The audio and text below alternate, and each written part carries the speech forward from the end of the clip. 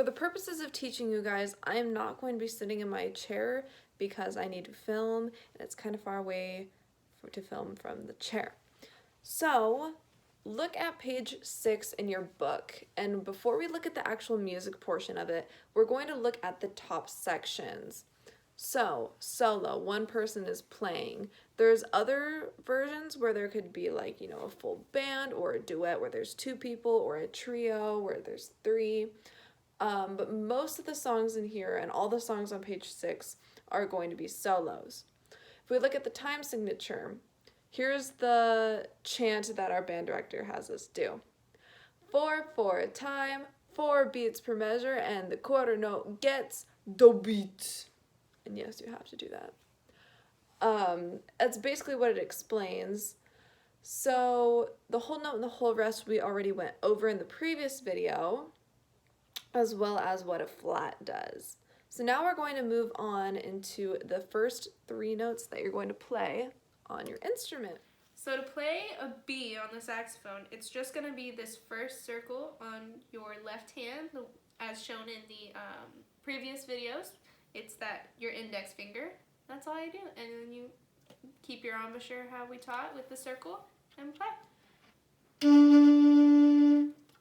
Okay, so for C, it's the middle finger on the left hand and same embouchure. For a D, you need these 3 fingers on your right hand, these 3 fingers on your left, and the octave key on your thumb. And then go ahead and play with the embouchure.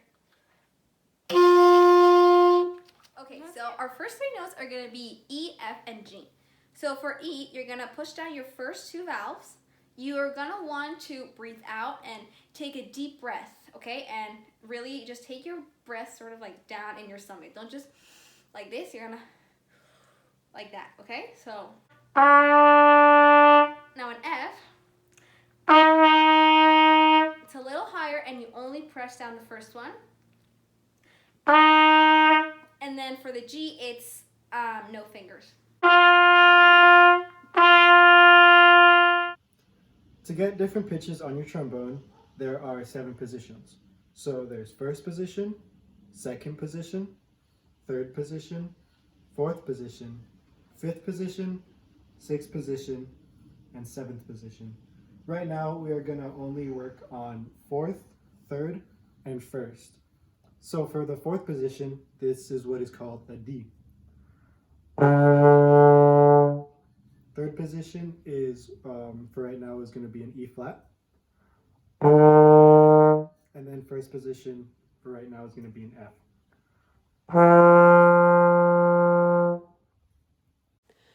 So the first note is the D. That is going to be your middle and your ring on your left hand and your thumb on your left hand. And on your right hand, only these 3 notes. And if you play it, it sounds like this.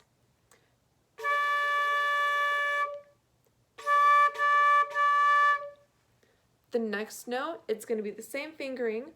All you're adding is your pinky on the E flat key.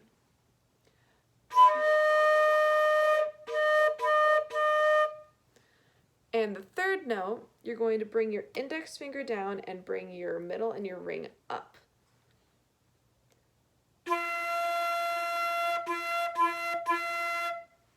So if you play all of them in order, D, E flat, F,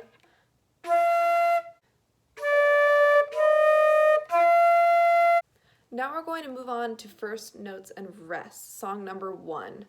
If we look, we see the treble clef or the bass clef in the far right of the staff, and next to that is our time signature.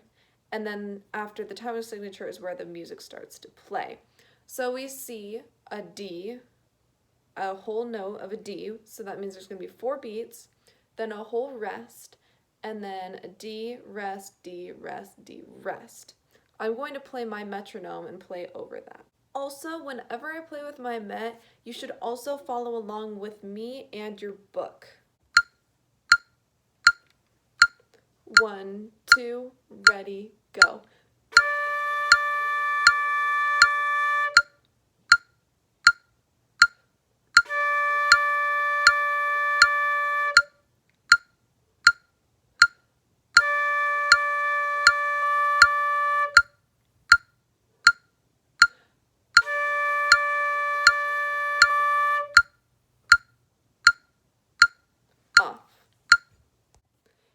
as you could see, I attacked and released right on beat 1 of each measure. So when I attack, I let out all my air at once and sustain it throughout the entire bar. And for the rest, when I'm coming off the note, I inhale to stop the note. And right before I play the note, I take a deep, I exhale and I inhale and play. So I'll demonstrate for that for you again.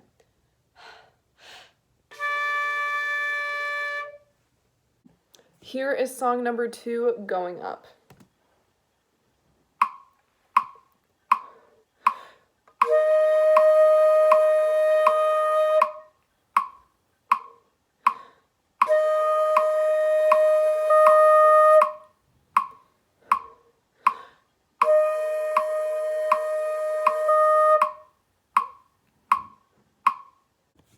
Here is song number 3, Lines and Spaces. So you gotta really watch out on this one because there's gonna be both the D and the E flat.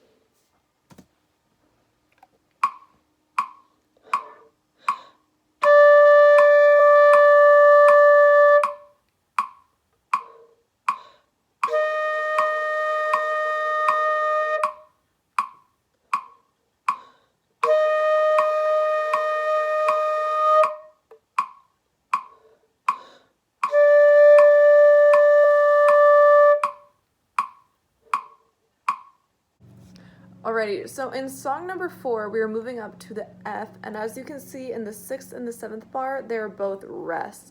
So hence the song title, Watch Those Rests, Watch Those Rests.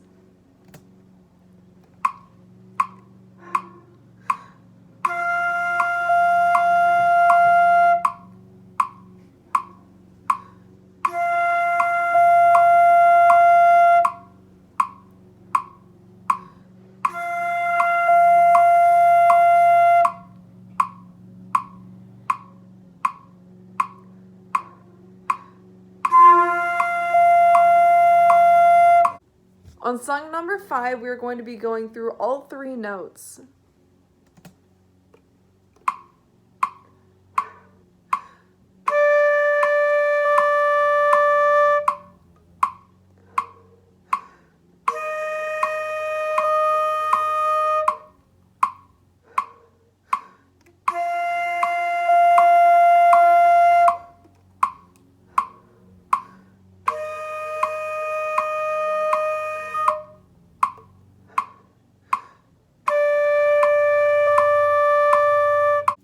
In song number 6, we are going to be using what is called tonguing to separate the 2 notes. It sounds like this.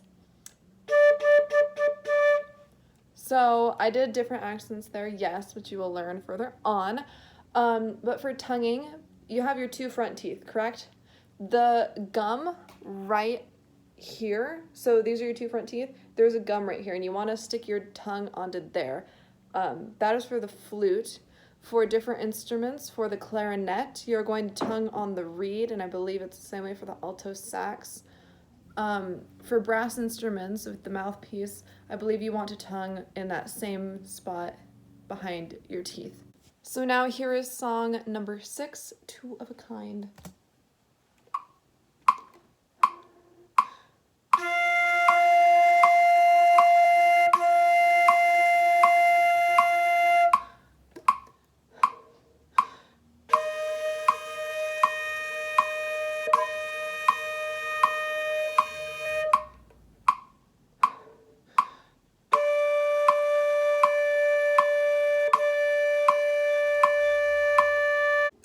So that was all of page 6. There is an accent on listening, which we're not going to get to right now.